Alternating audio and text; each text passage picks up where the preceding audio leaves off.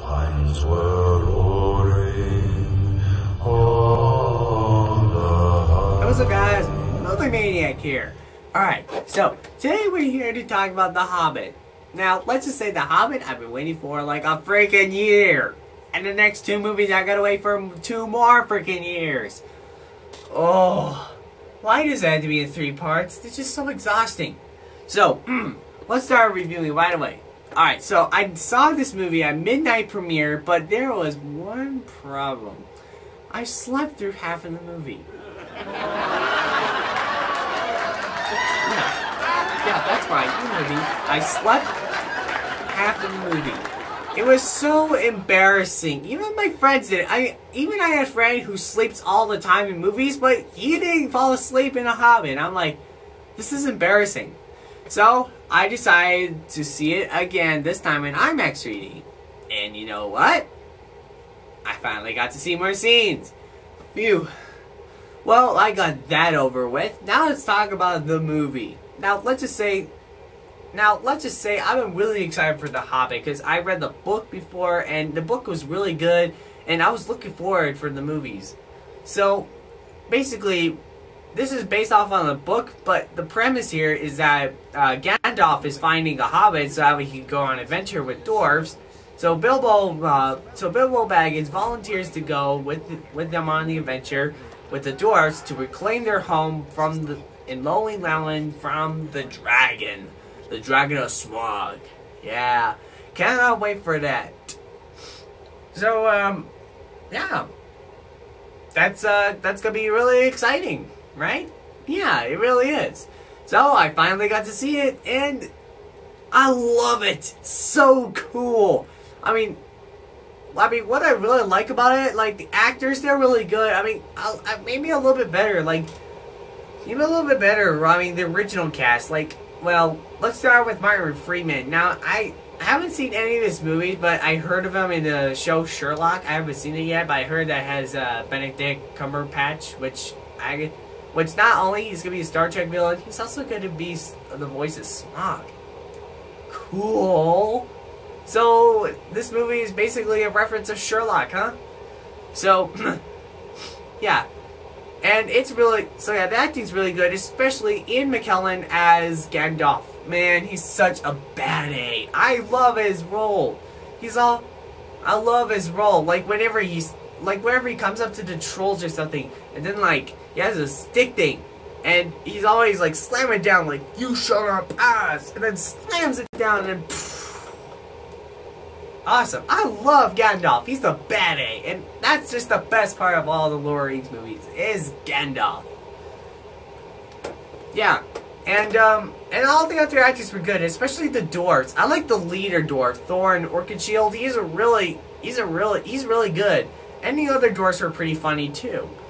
And also there's also elves and orcs. Well, let me just say the orcs don't really look like the orcs from the other Lord of the Rings movies. They look absolutely kind of different.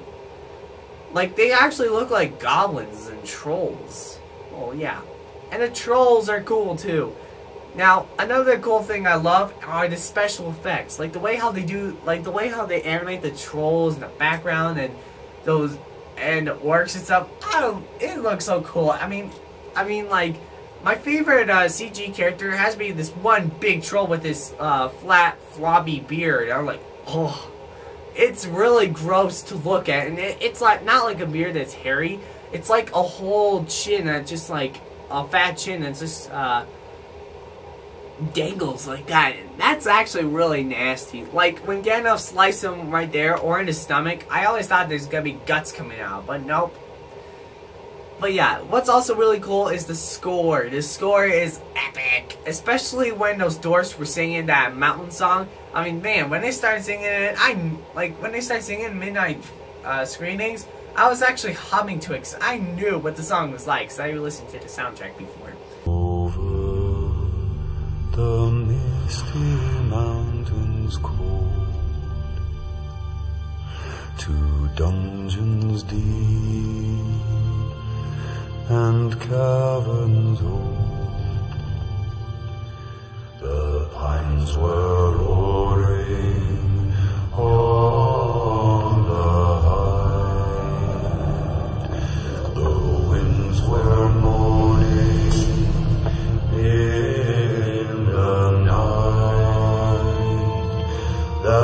sky was red, it flaming spread, the trees like torches blazed with light. And yeah, so yeah, it's a really, really good one. But let me just say, it's not. Well, okay. I didn't mean.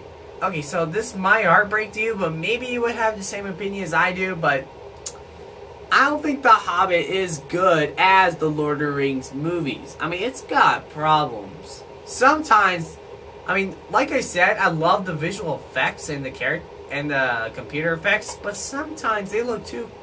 But sometimes, if you ever look at the trolls or something else, it looks pretty obvious that it's computered. So yeah, that's kind of not good. And also, what's also not good for me, it doesn't feel like a Lord of the Rings movie. I mean, sometimes it does whenever Gandalf's there, but sometimes it's a little bit different. It's like I'm watching Snow and the Huntsman or Harry Potter and the Seven Dwarfs. I don't know. I always feel like I'm watching something else. I mean, this is Lord of the Rings, except it feels completely different, which I don't think that's a good thing. So yeah, I think that's my only problems with this movie, but yeah, it's not really as good as the Lord of the Rings movies. The Lord of the Rings movies were way better than this, but it's still epic, awesome, and amazing. Is there anything else I like about this movie? The humor was really good, the comedy, mostly the dwarves are really funny.